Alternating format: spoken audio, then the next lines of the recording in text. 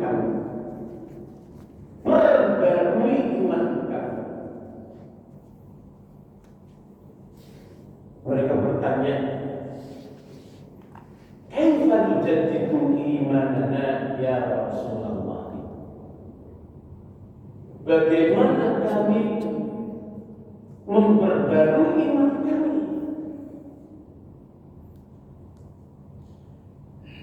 Akhirul dzikra la ilaha illallah. Perbanyak membaca la ilaha illallah. Perbanyak melafazkan kalimat la ilaha illallah. Setiap saat sekurang-kurangnya 5 waktu kita mendengar kalimat la ilaha illallah Muhammadar Rasulullah, la ilaha illallah Muhammadar Rasulullah, sekurang-kurangnya 5 waktu. Ya. Ketika kalian mendengar azan, asyhadu an la ilaha illallah,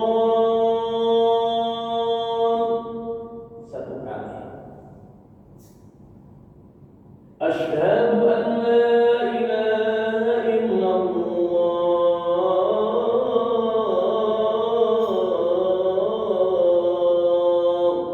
2 kali. Kemudian diakhiri Allahu Akbar, Allahu Akbar, la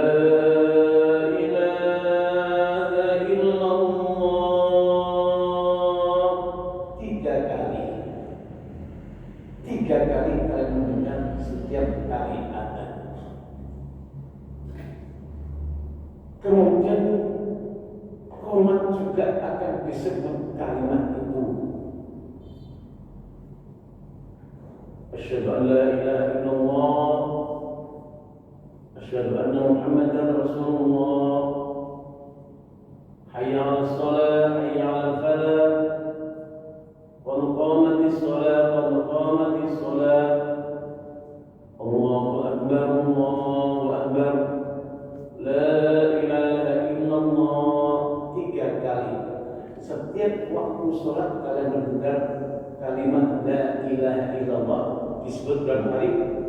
3 kali. Berarti dalam 1 hari mendengar berapa kali sebutan? Berapa kali? 15 kali. Itu kita mendengar. Ketika kita mendengar kalimat itu, kita juga menjawab.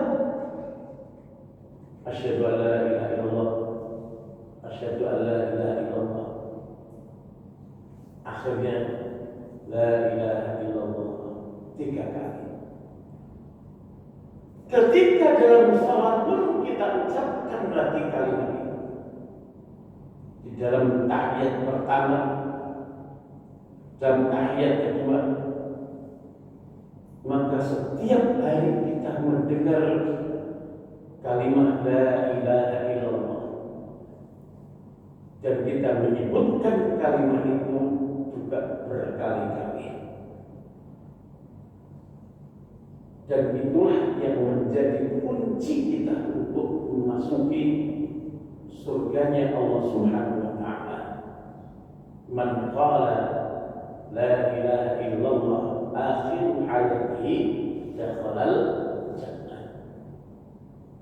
Karena kita sering mendengar, sering mengucapkan kalimat la ilaha illallah, maka ketika kita akan bertemu dengan Allah, akan pulang ke rahmatullah, maka kita akan terucap dengan sendirinya kalimat la ilaha illallah. Maka jaddidu imanakum, perbarui imanmu. Bagaimana memperbarui iman? Yaitu perbanyak menyebut kalimat la ilaha illallah. Kembali kepada masalah kita, jadi jangan sampai ketika kalian diberi tausiah, diberi pembekalan yang isinya biasa, jangan kemarin itu disuruh lagi, jangan masukkan ke dalam benak kalian, ke dalam minda kalian, simpan di dalam hati kalian sebagai memori. Suatu ketika akan bermanfaat bagi kalian sendiri. Ketika kalian menjadi pengasuh pondok, pimpinan pondok, menjadi ustadz, menjadi murabi, menjadi seorang ayah, selalu ingat dan sampaikan itu kepada yang lainnya.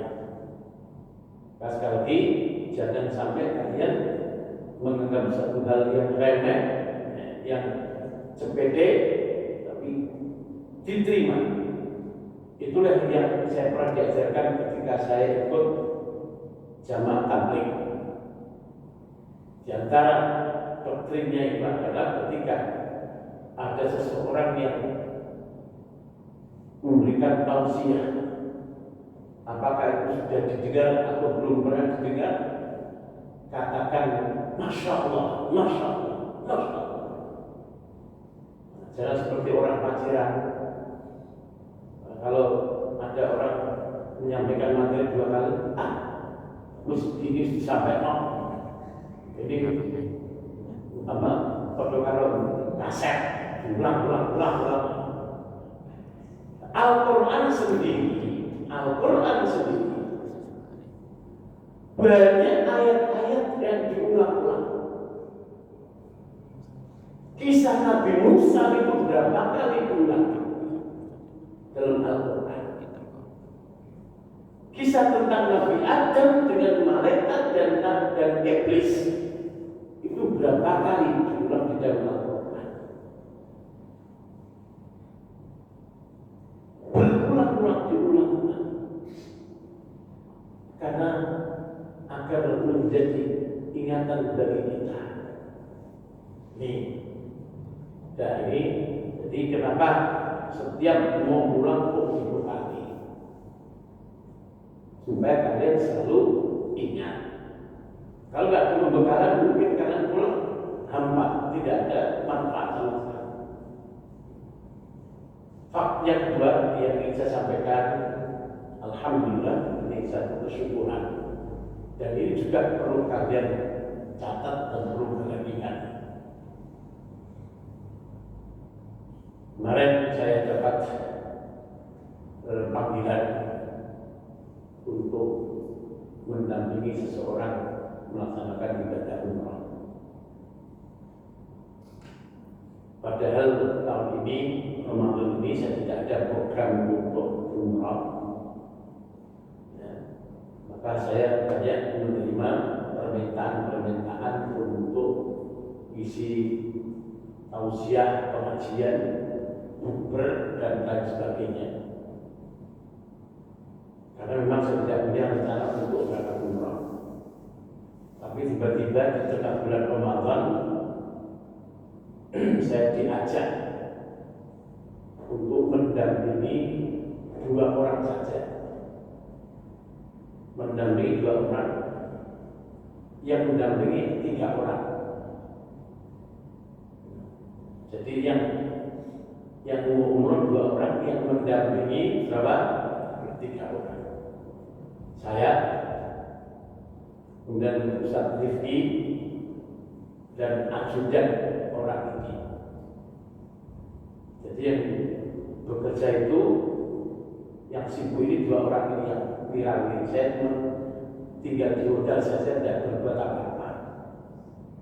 Bagi saya ini suatu hadiah, bukan kerja. Ini hadiah, betul-betul hadiah. Ya, tidur di bintang 5. Tahu apa tidak, di Mekah itu perharinya hotel Darul Kamil itu harganya 30 juta per malam. Per malam berapa? 30 juta. Saya tahu sendiri. Menjelang akhir sudah naik 100 juta per malam. Dan hotelnya semuanya full, tidak ada kamar kosong. Saya tanya pada orang yang berangkatan saya itu, Pak,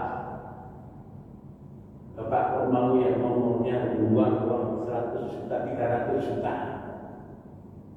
Karena kita berlima, jadi 2 kamar. 300 juta untuk umur saja. Apa jawaban beliau? Uang 300 juta, 400 juta itu tidak ada apa-apanya, Ustaz, dibanding surganya Allah Subhanahu wa Ta'ala. Dibanding apa? Surganya Allah. Surganya Allah itu tidak bisa terbelikan dengan berapa miliar, berapa triliun. Kalau hanya 300-400 juta itu tidak ada nilainya sama sekali. Perasaan saya ini sudah belajar dari kecil, belajar agama, jadi ustaz, jadi kiai. Kalau suruh bayar umroh sampai 300 juta, merasa merapatkan. Betul ya? Punya orang juga mendirikan Eropa baru atau beli rumah. Ustaz saja mau bikin rumah aja susahnya setengah mati.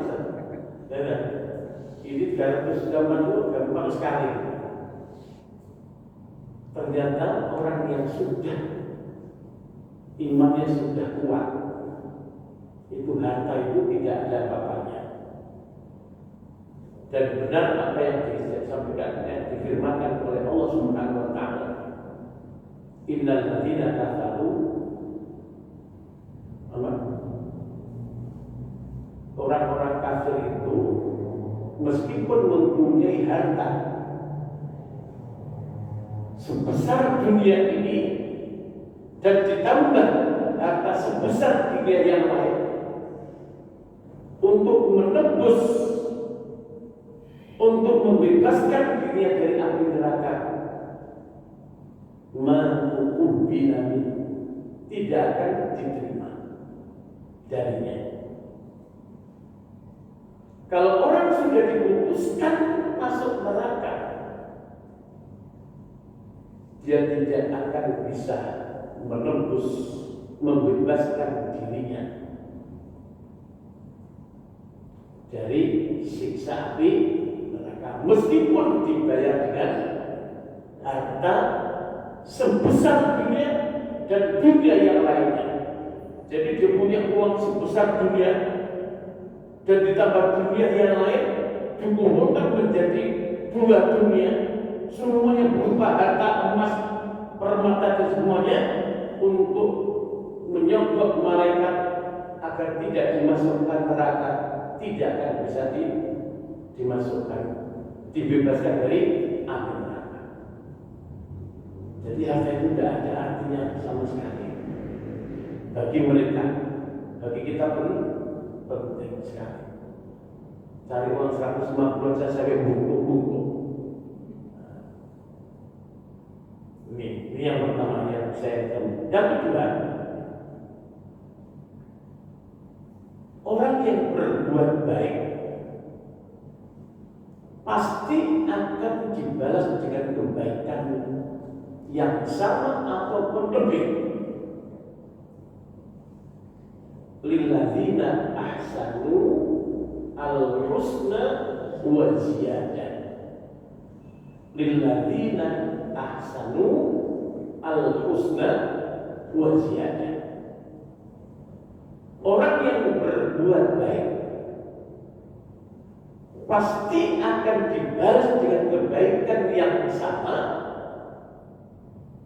atau lebih daripada kebaikan yang sudah diperbuatnya. Ini tolong ini dicamkan dalam hati kalian. Nah, lilladzina ahsanul husna wa ziyadah. Orang yang berbuat baik akan dibalas dengan kebaikan yang sama dan diberi ziyadah, diberi tambahan bonus.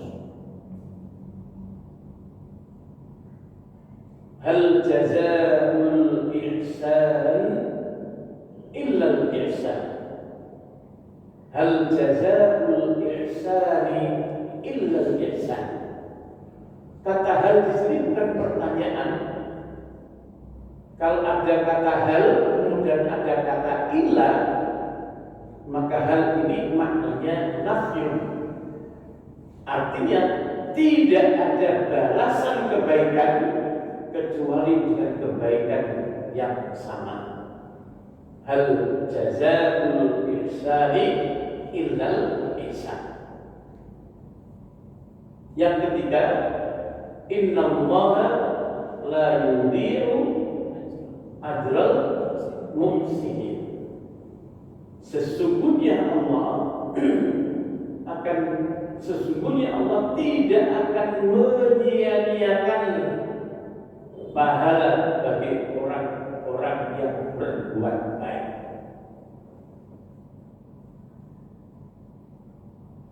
Ini tiga ayat ini sebagai pedoman bagi kalian semuanya, bahwa kebaikan itu tidak akan hilang begitu saja. Kebaikan itu pasti ada balasannya, yaitu balasan kebaikan yang sama. Meskipun kadang-kadang yang menerima kebaikan itu bukan kita sendiri. Bisa jadi anak-anak kita, bisa jadi cucu-cucu kita.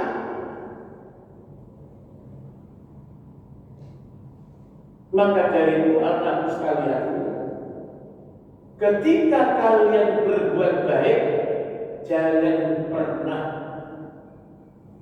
ada perhitungan.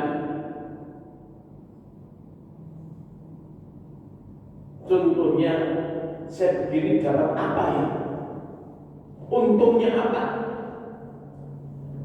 Orang yang berbuat baik jangan pernah cari untung ataupun cari rugi, perhitungan ini rugi apa untungnya. Apapun perbuatan baik kalian akan menemukan jalannya. Ini yang harus kalian camkan dalam hati kalian.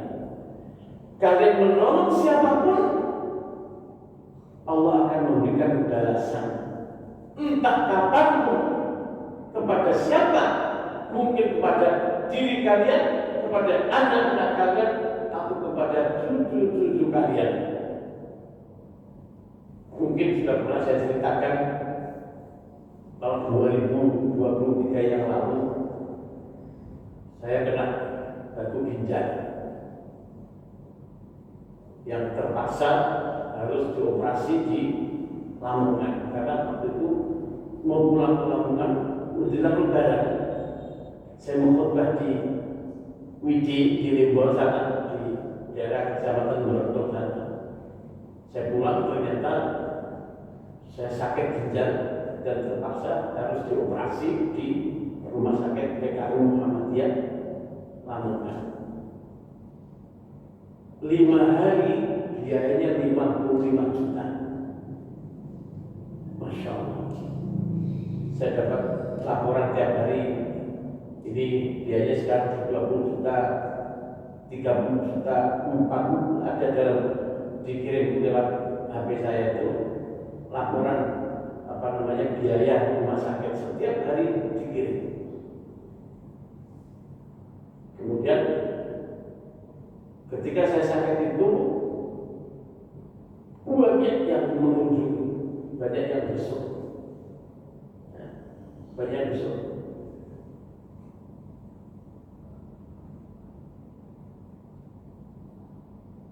Waktu itu banyak orang sehingga menjadikan satu pertanyaan, siapa yang sakit ini? Kok banyak yang besok? Meskipun waktu itu saya cek belum sempat besok ya saya. Kalau sudah di sana saya nggak sempat aja. Terus Ditanya, siapa ini? Oh, ini putranya Pak Kiai Abdurrahman, putra Yaiman. Kalau di sana itu disebut Yaiman. Bapak saya namanya Abdurrahman Samsudi, panggilannya Iman. Iman. Jadi mereka tidak kenal saya, tapi kenalnya siapa? Iman. Tidak terduga ketika saya membayar melunasi pembayaran biaya rumah sakit yang 55 juta itu, ternyata kata kasirnya sudah lunas. Saya kaget. Lu siapa yang bayar, Pak? Dibebaskan oleh rumah sakit. Padahal saya tidak pakai BPJS. Kenapa? Kalau pakai BPJS mungkin saya sudah nggak tertolong. BPJS itu kan nggak dirawat betul gitu. Tapi kalau pakai umum kan, dokternya ini rumah. Kalau BPJS mati rambut, mati rambut. Kalau BPJS begitu, tapi kalau umum betul-betul. Seperti anak saya kemarin ini operasi di Solo itu, tanya BPJS saya umum langsung dijahit semuanya, langsung kering. Kalau BPJS saya kan dijahit orang-orang sampai nggak kering. Kenapa? Karena benangnya itu jelek, yang paling murah, produk itu berapa? Kalau BPJS dibebaskan oleh rumah sakit. Saya tanya, kenapa kok bebas ini? Karena pemberian putranya Kiai Abdurrahman. Masya Allah. Ternyata apa yang dilakukan bapak saya dulu itu, yang menerima kebaikannya putranya. Maka kalau antum berbuat baik, jangan aku sudah begitu, ada betapa Pak Imam. Mungkin jadi imam di sana kok nggak dapat amplop, kok amplopnya kok terima kasih Ustaz. Ya, sampai di pondok temannya, kamu dapat berapa? Kamu dapat 100, kamu nggak ada kilo. Sadar, insya Allah rezeki tidak ke mana. Rezeki tidak kemana. Mungkin sekarang tidak dapat, tapi akan dilipat gandakan lebih banyak lagi. Maka dasari niat kita itu dengan apa? Keikhlasan. Antum kalau diminta imam, diminta ceramah. Mau dikasih, kalau enggak, antum bilang. Ya artinya dapat dikasih, ya Allah berdan untuk kasih di tempat yang lain. Gitu. Demi Allah saya tidak pernah menyangka hari apa kemarin ya, hari tanggal 21 itu hari apa? Jumat. Jadi waktu saya di Mekah itu di WA sama seseorang, Ustaz bisa ngisi bukber dan di kantor dinas Surakarta. Saya tanggal berapa? Tanggal 21 Maret. Oh, insya Allah bisa kan? Saya tanggal 19 sudah sampai di rumah. Mudah-mudahan saya nggak batuk, insya Allah saya bisa. Jadi tanggal 21 itu bukber saya isi kajian di dinas Surakarta. Orang bertanya, saya ini linknya dari mana? Orang Klaten berisi di dinas Surakarta, dinas pendidikan Surakarta di Solo sana. Pokoknya saya berangkat ke sana. Hanya ngisi lebih kurang nggak sampai setengah jam, karena kan dinas itu udah sambutan macam-macam. Alhamdulillah, maka acara sebenarnya tausiah dan doa tinggal 10 menit. Tinggal 10 menit. Yes, bla. Kemudian buka di sana. Kemudian diberi mat. Kalau di dinas itu tidak ada amplopnya, dikasih mat gede ini. Ini SK atau apa tidak tahu. Ya. Jadi saya tampani, kok tebel ini? usia berapa ini? Kalau 20 bulan mungkin ya. Subhanallah, tidak terduga ada dua amplop. Yang satu isinya 2 juta, yang satu isinya 10 juta rupiah. Masya Allah, 10 menit dapat 12 juta. Ya Allah, kok tidak rumah tiap hari kok ya gini ya. Jadinya tiap hari 12 juta, ya Allah. Kalau bisa rumah 3 kali, ya Allah, kalau setahun masa gak apa-apa gitu. Ada ini ada tambahan untuk transportasi. Kita bagi satu tas semuanya. Terus standar untuk satu tas semuanya bagi. Kalau Amber enggak, karena Amber sudah punya bos di sana. Kalau diabetes kan perjuangan. Jadi sekali lagi, perbuatan baik itu tidak akan sia-sia.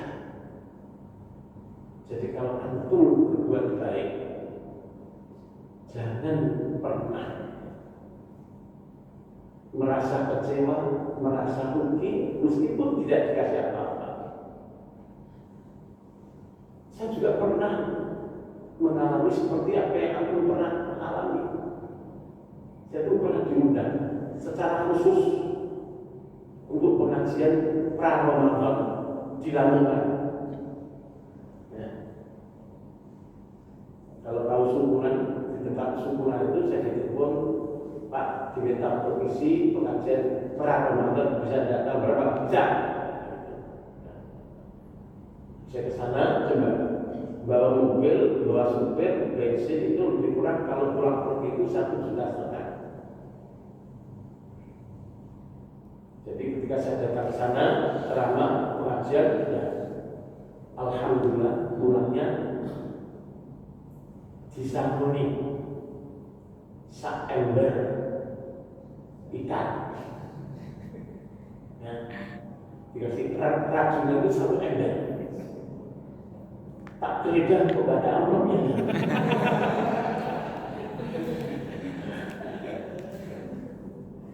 Ternyata ya itu amplop yang sudah itu. Ya alhamdulillah, ternyata diganti di waktu yang lain. Jadi yang penting kita berbuat baik. Yang penting kita menolong orang. Mungkin saya pernah cerita pada anak sekalian. Saya dulu pernah beli mobil yang dia mungkin pernah tahu. Di mobil saya beli mobil itu, mobil bekas angkot itu harganya 5 juta saja. Mangkrak, pajak mati, mangkrak. Tak beli 5 juta setengah. Tak bawa ke bengkel, diperbaiki habis lebih kurang 6 juta. Ditambah 3 juta perpanjangan pajak denda. Jadi lebih kurang kalau ditotal semua sekitar 13 juta. Sudah habis 13 juta, setiap dipakai mesti mogok di jalan. Akhirnya hati saya sakit. Ya sudah, dan udah hati lorok. Saya jual mobil itu 2 juta. Ya. Dari 13 juta saya beli jual berapa? 2 juta. Dan kapok mobil itu. Dibeli Ustadz dari Boyolali, Ustadz Abu Hasan, Aib Abu Hasan. Gak percaya, Ustadz, betul gak itu jual dia? Kenapa aku jual 2 juta? Gini, saya ingin orang yang beli mobil saya ini senang. Betul ya? Orang yang beli mobil saya ini senang.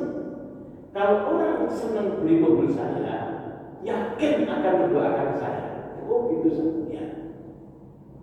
Tapi kalau mobil ini saya jual, katakan saya jual 15 juta, ada orang beli karena kasih sama saya. Setiap dia mau pakai mobil, kalau Ustaz kok beli jual mobil mahal, pusing, penipu. Kira-kira enggak ada? Enggak.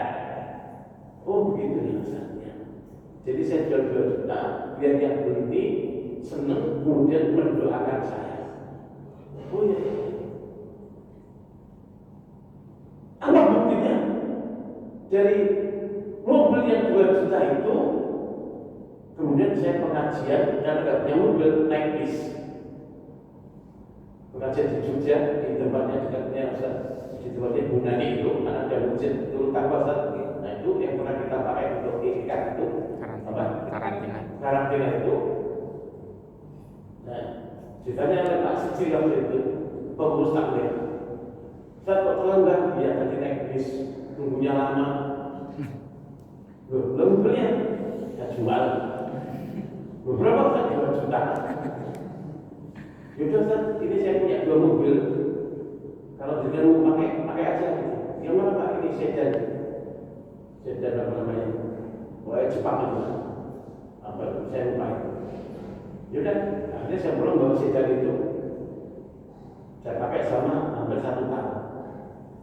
Saya tanya Pak, ini mobil ini dipinjamkan atau dikasihkan? Saya kasihkan Ustaz. Alhamdulillah. Pak bisa jual nggak? Mau saya tukar yang lebih baik pun. Saya tukar, saya tambah sedikit, jadi ijab jadi meter, dan jadilah Innova Reborn tahun 2000. Ini hasil daripada doa-doa nah, itu. Loh, iya betul. Ini ternyata saya tidak buat. Maka ada seorang namanya Pak Tentrem yang punya rumah yang kalian pakai rumah Sakina itu kan milik Pak Tentrem itu, bos Pagelaran.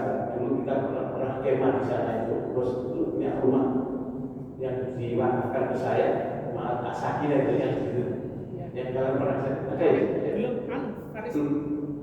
Belum pernah. Ada ceritanya itu pernah cerita sama Ustaz. Alhamdulillah Ustaz, kemarin saya dapat hadiah TV 29 in. Oh iya Pak, syukur Pak.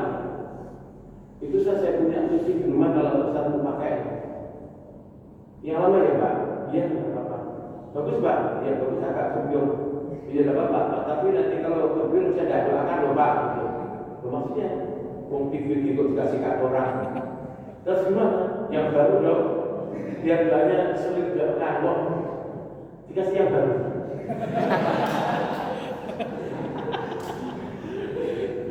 Lalu gimana kalau dia kasih TV kebyur, kira-kira tak doakan enggak? TV kebyur kayak mau, tidak ada doanya itu. Tapi kalau baru bisa doakan Pak Insya Allah. Sudah saat yang baru kamu Ustaz saja katanya. Kamu jangan begitu nanti ada. Ya, mari kita lanjutkan bahwa sekali lagi kebaikan itu tidak akan hilang begitu saja. Kebaikan tidak akan sia-sia begitu saja. Allah akan tulis kebaikan itu dan Allah akan memberikan balasan dengan kebaikan yang sama ataupun dengan kebaikan yang lebih. Maka kalau berbuat baik, kalau menolong orang, jangan berhenti. Kenapa?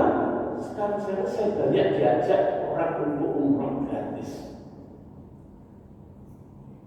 Ini hanya sekedar memberi pelajaran kepada kalian, bukan untuk memamerkan diri saya tidak. Sejak dulu saya punya cita-cita, punya keinginan untuk memberangkatkan orang yang tidak mampu untuk umrah agar bisa umrah. Alhamdulillah semua ustaz-ustaz yakin yang sudah menikah sudah saya berangkatkan umrah semuanya. Hanya satu kemarin yang tidak mau berangkat, Ustaz Ali, karena dia mau berangkat sama istrinya. Ya sudah, tidak apa-apa. Semuanya sudah kita berangkatkan umrah. Bahkan ada yang sudah kita berangkatkan haji 2 kali. Ustaz Iping itu sudah berangkat haji 2 kali. ada pendeta namanya Pak Muhammad Nur Islam datang ke rumah cerita mualaf dan sebagainya. Akhirnya saya pun Bapak mau pakai dan insya Allah bulan depan Bapak umrah. Saya tidak punya uang pakai berangkat umrah. Alhamdulillah beliau bisa umrah. Ternyata hasilnya sekarang ini yang saya nikmati, beberapa kali diajak umrah semuanya gratis, diajak gratis dan dikasih uang, tinggalnya di hotel mewah, diajak ke Dubai 5 hari, tinggal di hotel bintang 5, Masya Allah. Oh ternyata Allah tidak tidur, Allah tidak lupa. Dulu kami berangkatkan orang-orang yang ingin umrah. Kemarin Ustaz Hendri tak tawarin, berangkat gak mau. Gak belum siap, masih banyak dosa katanya. Masih pengen dosa Ustaz. Iya, tidak semua orang itu siap umrah apa. Belum siap untuk habis umrah itu jadi orang baik itu belum siap. Saya punya tetangga itu ayah, cuman saya tadi yang sebelum rumah saya itu kan BPR belakang namanya siapa? Mas Nduk, ayo umrah. Dari siapa ya? Dia ada Pak ya. Tapi ya semua saya belum siap jadi orang baik katanya. Jadi orang baik. Dia takut habis umrah jamaah, masih takut dia itu. Takut kalau habis umrah masuk jamaah, itu dia takut. Kalau sekarang belum sholat. Anak sekalian, insya Allah antum sekalian akan pulang atau tetap tinggal di pondok. Setiap hari saya kasih uang 100.000.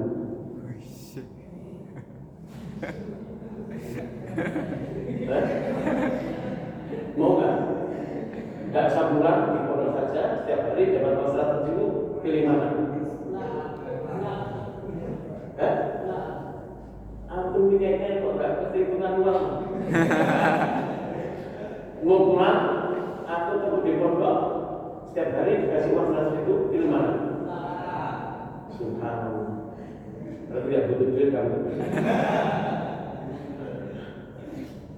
Saya tadi mau nggak? Setiap hari saya kasih 100.000, udah saya pulang. Pulang net. Kalau satu nggak perlu dikasih, karena nggak pulang sudah. Tetapi setiap hari saya kasih 100.000, udah pulang mau? Nah, ya sama apa? Memang harus pulang ketemu orang tua.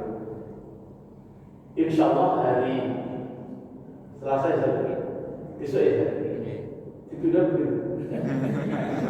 Tunda bisa berbareng. Insya Allah besok Selasa itu akan pulang dan berhari raya di bulan Ramadan. Tapi kepulangan kalian semuanya ini bukan untuk bersenang-senang saja, tapi pulanglah dengan membawa manfaat-manfaat, dengan membawa kebaikan-kebaikan. Kebaikan untuk diri kalian dan juga kebaikan bagi orang lain. Oleh sebab itu, ada beberapa nasihat yang selalu saya nasihatkan kepada anak-anak semuanya. Yang utama dan yang pertama adalah ittaqullah. Bertakwalah kepada Allah. Itu yang pertama dan yang utama. Apapun harus dilandasi dengan ketakwaan. Kalau dijabarkan, takwa itu adalah melaksanakan perintah-perintah Allah dan meninggalkan larangan-larangan Allah. Takut akan azab Allah. Takut kalau tidak dimasukkan surga oleh Allah Subhanahu wa Ta'ala. Ittaqillaha haitsu ma kunta. Bertakwa kepada Allah dimanapun kalian berada. Dikala sendiri, dikala bersama orang, tetap kondisinya bertakwa. Dilihat orang atau tidak dilihat orang, tetap bertakwa. Jangan sampai ketika di hadapan orang seperti orang alim, orang tawadhu, unduk-unduk, tapi di belakang itu kalian maksiat pada Allah. Ittaqillaha haitsu ma kunta. Jadi bertakwa pada Allah itu yang utama dan yang paling utama dan yang pertama. Fa inna khairaz zadi taqwa wa libasut taqwa khairul lakum. Baju takwa itu adalah yang terbaik. Maka bertakwalah kepada Allah dalam alaniyah ataupun dalam sirriyah, dalam nampak ataupun tidak nampak. Artinya dilihat orang atau tidak dilihat orang, tetap apa bertakwa. Yang pertama. Yang kedua, berakhlak mulia, beradab.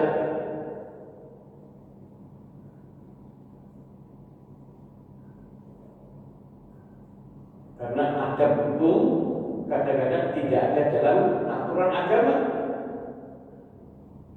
Contohnya berjalan di depan orang tua untuk itu tidak ada aturan, tapi itu ada namanya akhlak.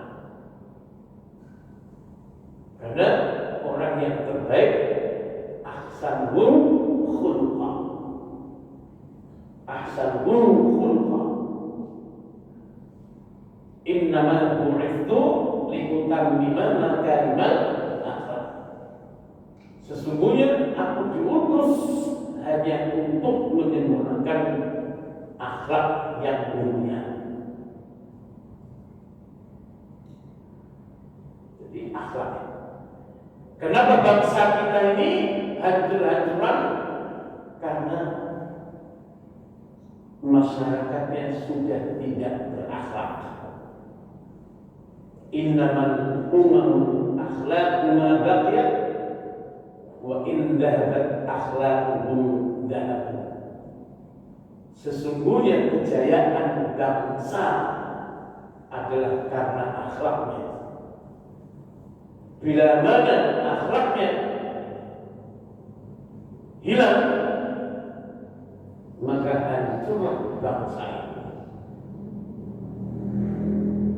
Jadi kata Umar bin Khattab, belajar akhlak baru belajar ilmu.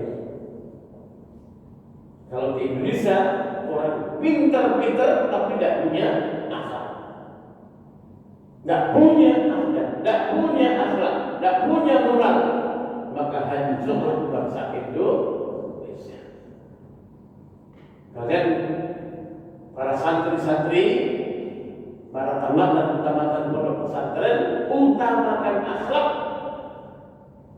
Setelah itu baru ilmu. Karena Rasul ditugaskan untuk memperbaiki akhlak dulu, bukan ilmu, akhlak dulu. Jadi utamakan akhlak. Jadi prinsip dasarnya yang pertama ketakwaan, yang kedua berakhlak mulia, akhlakul karimah. Selanjutnya pesan saya, besok ketika kalian sudah pulang, Ustaz tolong anak-anak pulangnya pakaiannya harus rapi. Nah, ada apa? Rapi. Pakai baju yang resmi, jangan pakai kaos yang ada gambarnya asu pakai. Jangan. Ya pakai topi aja seperti ini. Nah, alhamdulillah bagaimana kita kalau kemana pakai topi ini menjaga marwah kita ini. Insya Allah kalau pakai topi ini umat semacam nggak berani. Pak kasih tuh matanya berak, saya pakai ini. Jadi antum harus pakai pakaian spesial, mulainya izinnya pakainya pakai resmi dan tolong sampai rumah juga masih resmi, sampai baju. Ya kalau di bis mungkin dia di rumah dapat, tapi nanti di rumah pakainya harus rapi. Ya. Sampai di rumah, pertama langsung menuju ke rumah, jangan main-main kemana-mana dulu. Sampai bapaknya telepon ke pondok, Ustaz, katanya saya sudah pulang ya? Iya Pak, sudah tadi loh. Sampai 2 hari ini orang pulang mana? Jangan. Karena sekarang di luar sana banyak genderuwo. Banyak Pak? Banyak genderuwo, banyak gombel yang akan menyesatkan kalian. Pulang dulu ke rumah. Pertama, salam pada orang tua dari kami, yayasan, kiai, dan para pusat. Sampaikan kepada bapak dan ibu, rangkul bapak, cium bapak. Ya. Jangan salam, jangan diperkes-perkes tangannya. Assalamualaikum Pak. Gimana kabarnya Pak? Perkes-perkes. Bapaknya terus ruangan kabel diperkes, jangan dicium tangannya. Alhamdulillah, kami sudah sampai rumah dengan selamat. Bapak gimana sehat? Dirangkul, dicium, masya Allah. Coba kalau punya anak seperti itu, punya anak yang soleh, insya Allah bapak senang sekali. Selanjutnya, ketika sudah sampai di rumah, jangan menjadi tamu di rumah sendiri. Ini artinya. Artinya apa? Rapikan barang-barang sendiri. Layang dirinya sendiri, help self, melayani diri sendiri. Jangan apa-apa minta ibu, ambilkan nasi, ambilkan piring, ambilkan air. No. Kalian sudah menjadi anggota keluarga di situ. Menjadi anggota keluarga di situ. Lihat ibunya sibuk, lagi apa? Masak. Bisa saya bantu? Apa bisa? Oh bisa Bu, dia lapar kami masak sendiri Bu. Nah, ya enak itu. Oh ya sudah, ibu tak tidur ya, masak. Ibunya tuh asin banget, asin tadi. Waduh, enak. Tunjukkan kalian di alam itu bukan sekedar ngaji, tapi juga sebagai koki. Sebagai chef, sebagai tukang masak. Loh, saya 5 tahun di Mesir saya masak sendiri. 5 tahun di Mesir saya masak sendiri. Nah, paling gampang masak Indomie. Ada lantai kotor, ambil sapu. Kalau perlu dibel, lihat ayahnya mesuti sepeda motor, Pak, Bapak istirahat dan saya yang teruskan dicuci motor, dicuci mobil. Lihat bocor, gede bocor, nggak usah teriak-teriak cari tangga, betulkan gendeng yang bocor. Itulah santri sejati, santri al-amin. Ya. Apa? Jangan menjadi tamu di rumah sendiri. Yang ketiga, kalian ketika di rumah, ini masih ada kesempatan di rumah ini lebih kurang 5 hari. Amalkan ilmu kalian ketika kalian berada di rumah. Kalau diminta untuk menjadi imam, siap, laksanakan. Kalau diminta untuk mengisi kajian, siap, laksanakan. Itu. Jangan sampai ketika diminta untuk ceramah, waduh belum siap. Waduh, kok udah ada? Tidak ada kata-kata belum siap. Sekarang di sini kalau mau pakai handphone ada semuanya, tinggal tekan. Ya. Sekarang mau buat apa sekarang? Katakan tentang hal bihalal.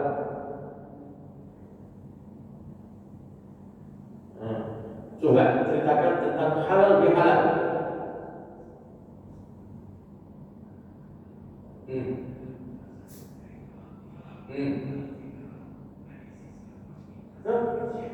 Tinggal minta saja. Apa susahnya? Mau ceramah berapa akhlak? Minta, dengarkan, dibaca, sudah, mau. Tidak ada sekarang sulit lagi. Ya, dan untuk memberikan tausiah itu harus latihan. Kalau tidak latihan tidak bisa. Selama kalian tidak sabar, selama itu kalian tidak akan bisa. Mendadak Pak, enggak. Maka disiapkan sekurang-kurangnya 5 materi. Tidak paling tidak 3 materi. Ulang-ulang enggak apa-apa. Antum tahu enggak yang namanya das atlatif itu kan tidak tersorot di Indonesia itu. Tapi ketika diundang di mana-mana siapa bodoh. Karena sekarang zaman itu, di sini mana itu, ini sini tidak apa. Itu kalau dulu kelas internasional berapa? Saya ingin coba Ustaz Amri dibaca di masjid takwa berani nggak? Ustaz Amri, cabut S1.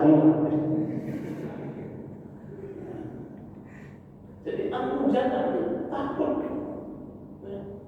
Kalau orang nggak mau, sampai nggak akan mau.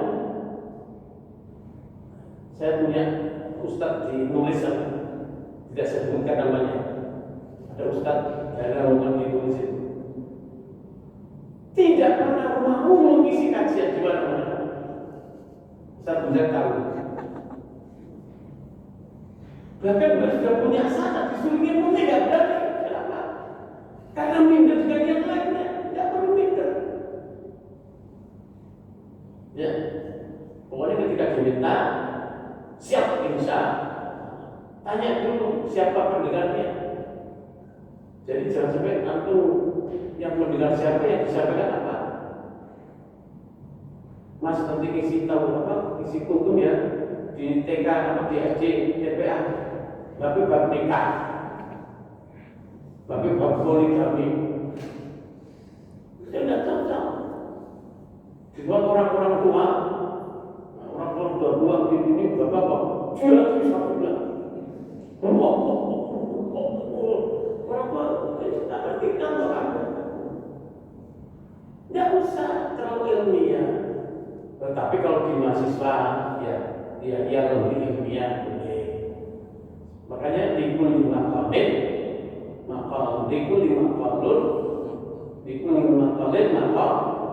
di mana ada tempat di situ perkataan yang cocok. Perkataan yang cocok di tempat yang cocok. Itu harus sesuai. Oh ini santri-santri, maka disampaikan tentang kesatria. Bapak-bapak, ibu-ibu sudah tua yang sebenarnya neraka. Bapak mau mati, nanti makan disiksa, begitu. Kalau nggak iman, nggak sholat, itu begitu. Harus cocok gitu. Nggak usah terlalu lama-lama. Malor itu nggak selesai. Kalau menjadi imam juga jangan terlalu panjang-panjang. Nabi itu tidak pernah marah kepada orang yang imannya cuma sedikit sebentar tak, tapi marah kepada imannya yang panjang. Tidak apa-apa, tidak usah. Yang normal aja. Ya. Jadi jaga etika. Bagaimana bergaul dengan orang yang lebih tua. Jangan pernah menggurui orang yang lebih tua. Sifatnya bertanya. Meskipun antum memberikan informasi, tapi sifatnya apa? Bertanya. Gaya bahasanya bertanya. Jangan menampakkan kesombongan kepada orang-orang yang kalian anggap rendah. Sesama biasa saja. Sama adik-adik, anak-anak kecil, bahasa kita juga harus yang sopan, jangan mentang-mentangkan. Ya. Jadi sesuaikan dengan kondisi masing-masing. Singkat kata, tidak panjang-panjang karena sudah jam setengah 12 ini. Ya. Antum adalah duta kami, utusan kami. Apa yang kalian lakukan di rumah, dampaknya adalah kepada kami, kepada diri kalian dan kepada orang tua kalian. Kalian berbuat kesalahan, pondok juga ikut kena efeknya. Maka jauhilah, pilihlah teman-teman yang baik, cari teman yang baik, karena teman yang baik itu pasti akan menuntun pada kebaikan. Jangan campur dengan orang-orang yang tidak jelas. Dulu teman kalian akan merokok, narkoba, tidak usah digauli dulu karena iman kalian belum. Jangan habiskan waktu kalian di kafe-kafe, karena sekarang ini banyak kafe di mana-mana, jam 12, jam 1 malam kalian duduk di kafe. Tidak, santri Al-Amr tidak seperti itu. Ya. Banyak di masjid, jangan masalah jamaah, usahakan untuk bisa ikut berjamaah. Jangan di rojak tidur terus, dibangun aja tidur, bangun aku baik dah. Jadi antara Jumat dan di pondok sama, kegiatannya sama, yang membedakan tempatnya saja. Ya. Jadi hati-hati bergaul. Jangan sampai kalian datang ke pondok membawa virus merokok atau melakukan perbuatan yang sudah kalian campur dengan anak-anak di sana. Tidak, pilih. Lebih baik kalian berteman dengan kalian teman-teman yang di pondok di sini atau di pondok Ridho atau mana saja yang antum, jangan campur-campur dengan mereka. Pasti mereka akan membawa kalian yang ke yang jalan yang tidak baik. Dan tolong kami semuanya, ini sampai saat ini kita baru dapat santri yang baru 6. Baru target kita sekurang-kurangnya 15. Tolong dibantu, ajak teman-teman kalian untuk mondok. Ajak teman-teman kalian untuk mondok. Di prospek bagaimana, dirayu, tidak apa-apa, tidak usah malu, ajak orang tidak usah malu. Jangan sampai kalian gengsi orang tuanya. Ada orang tua yang tanya, Mas, jangan bagaimana? Sudah usah. Ya, usah. Kamu jadi korban sekarang ini. Jangan diajak mondok semuanya. Kasihan dunia Indonesia kita ini, bangsa kita ini kasihan. Kalau dipenuhi dengan orang-orang yang tidak jelas, tidak punya moral, tidak punya akhlak, semua tukang oplos semuanya, apa-apa dioplos semuanya. Kalau tidak jujur, tidak punya amanah, tidak punya akhlak, tidak ilaha akibatnya. Ya itu saja dan sekalian yang dapat saya sampaikan. Sekali lagi selamat berlibur, selamat beraya, mohon maaf lahir batin. Insyaallah kita akan ketemu pada kesempatan yang akan datang, insyaallah. Nanti saya mau ke Lamongan, teman-teman dari Pacian mau ketemu saya boleh di Pendopo, insyaallah. Hari raya pertama kedua insyaallah saya masih di sana. Terakhir, tolong kembali ke pondok sesuai dengan waktu yang sudah ditentukan. Jangan terlambat, biasakan disiplin. Kemudian jangan lupa mengerjakan hafalannya. Kalau perlu dimonitor oleh para asatidz yang di sini, dimonitor bagaimana sudah baca berapa atau silakan start yang baik berapa gitu. Saya kira demikian yang bisa saya sampaikan.